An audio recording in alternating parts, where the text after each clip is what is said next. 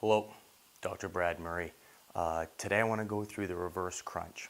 This is a great drill for pelvic mobility, anterior core stability, motor control of how to use the pelvis with the low back, with the hips.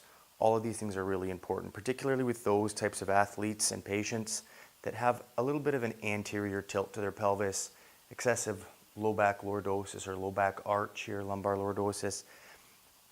Maybe a little bit of weakness in your anterior core. A lot of people definitely have that. Might be carrying a little bit of extra weight at the front, causing this sort of position.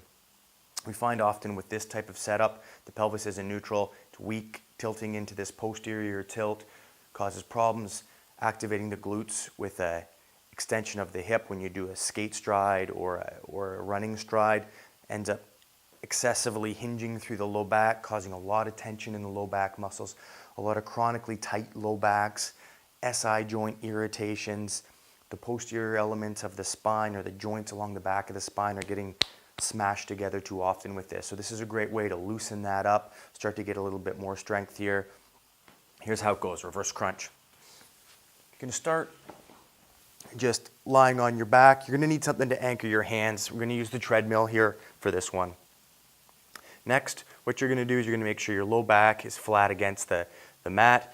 You don't want a big arch of your low back. You should feel like the low back securely against the mat. You're going to bring those heels nice and close to the glutes or the butt. Then you're going to tilt the pelvis posteriorly as far as you can first, keeping the low back right on the mat. And then one vertebrae at a time, you're going to curl those off the mat, elbows up to the knees, coming all the way back down, one vertebrae at a time, then bringing the pelvis down. Really important with this one that you don't just lock that lumbar spine and drive everything up at once.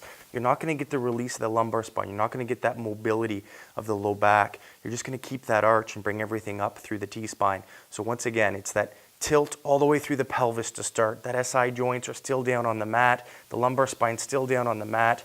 Now one lumbar joint at a time. I'm coming up, tapping the knees to the arms, and then one lumbar joint at a time.